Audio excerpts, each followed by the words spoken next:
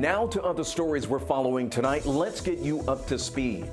New investigation? The sudden resignation of a former federal prosecutor from Georgia is now under investigation. The Washington Post reports the Justice Department Inspector General is looking into it.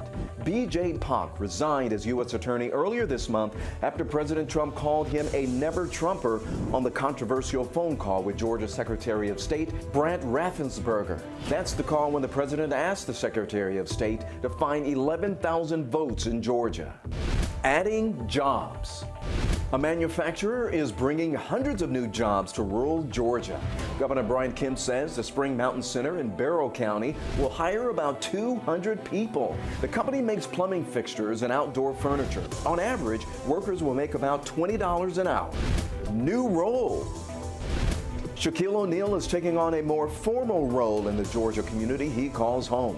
He is now the Director of Community Relations for the Henry County Sheriff's Office. Shaq's role will be bridging the gap between the community and law enforcement.